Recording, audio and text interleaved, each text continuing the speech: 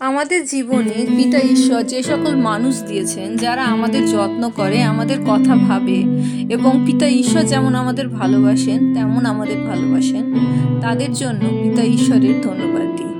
পবিত্র বাইবেল ২ করন্থীয় ৫ অধ্যায় ১৭ পদে সাধু পল বলেন, ফলত কেহ যদি খ্রিস্টে থাকে তবে নতুন সৃষ্টি হইল, পুরাতন বিষয়গুলি অতীত হইয়াছে, দেখো সেগুলি নতুন হইয়া উঠিয়াছে। পবিত্র আত্মার সহভাগিতা প্রার্থনা করি বিষয়টি বোঝার জন্য।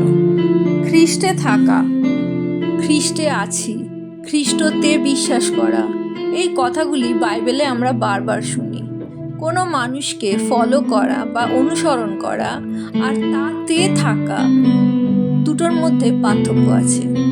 খ্রিস্ট বিশ্বাসী যখন খ্রিস্টকে পরিত্রাতা রূপে গ্রহণ করে এবং তার নামে বিশ্বাস করে এবং পিতা ঈশ্বরের সন্তান হয়ে ওঠে, পবিত্র আত্মা লাভ করে, সে যখন বাইবেলের বাক্যের মাধ্যমে প্রভু যিশুকে আরো বেশি করে জানতে পারে, পবিত্র আত্মার সহভাগিতায় চলে এবং পিতা ঈশ্বরের উপস্থিতিতে তার প্রিয় পুত্রের মতো হয়ে ওঠার চেষ্টা করে, নিজের কাজের মাধ্যমে নয়, পবিত্র আত্মার অনুপ্রেরণায় এবং বাধ্য হয়ে, তখন সে খ্রিস্টে থাকে। তার মধ্যে প্রভু যিশুর চরিত্রগুলি প্রকাশ পায়।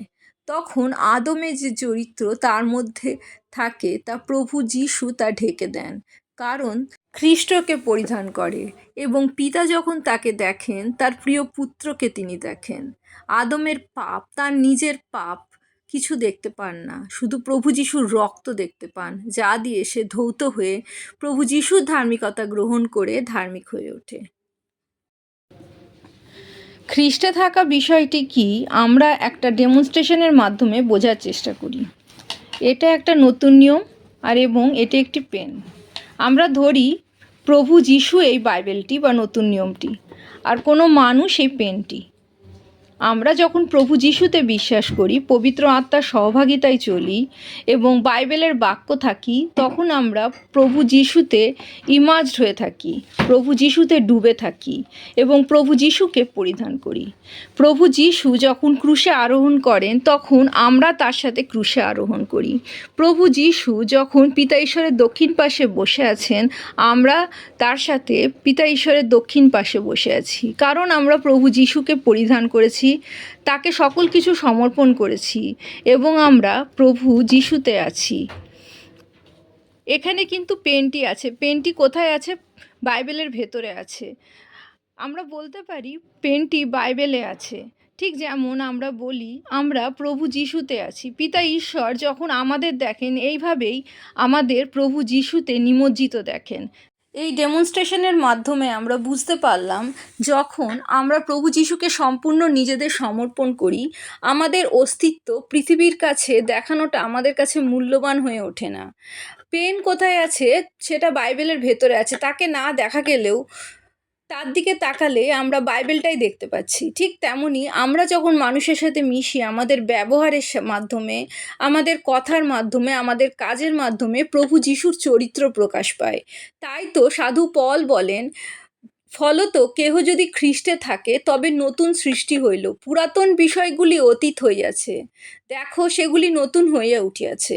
এমন নয় যে পুরাতন জিনিসগুলো আমাদের শরীর ছেড়ে বা আমাদের ব্যবহার থেকে বা আমাদের কথা বলা চলন বলন থেকে সঙ্গে সঙ্গে চলে যায়, কিন্তু পিতা ঈশ্বর আমাদের পবিত্র আত্মা দান করেন, যার মাধ্যমে, যার অনুপ্রেরণায় বাইবেলের বাক্যে আমরা ধীরে ধীরে প্রভু যিশুর মতো হয়ে উঠি। প্রভু যিশুকে বিশ্বাস করি বলার পরও যদি আমাদের দেখা যায়, আমাদের চরিত্র, আদমের চরিত্রগুলি দেখা যায়, আমাদের মধ্যে প্রভু যিশুর চরিত্র না ফুটে ওঠে, তাহলে আমাদের কাজের মাধ্যমে আমাদের বিশ্বাস প্রকাশ হয় না। এই ঘটনাটি একদিনে ঘটে না, কিন্তু প্রভু যিশুকে পরিত্রাতা রূপে বিশ্বাস করে পবিত্র বাইবেলে থেকে পিতা ঈশ্বরের উপস্থিতিতে প্রার্থনায় রত থাকলে এবং পবিত্র আত্মার সহভাগিতা চললে কোনো মানুষের জীবনে পরিবর্তন আসে না, তা হতেই পারে না। 5 বছর আগে যদি আমরা প্রভু যিশুকে গ্রহণ করি, 5 বছর পর যদি বাইবেলের বাক্যে চলি এবং প্রভু যিশু আজ্ঞা পালন করে জীবন ধারণ করি, আমাদের জীবনে অনেক পরিবর্তন হবে, যা আমাদের আশেপাশের মানুষজনগুলো আরও বেশি করে লক্ষ্য করবে।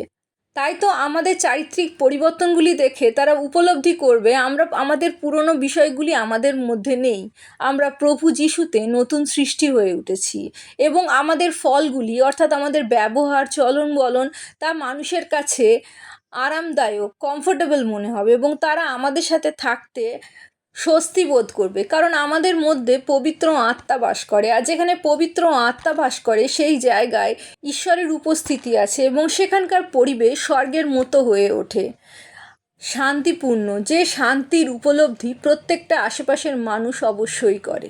প্রভু যিশুর জয় হোক।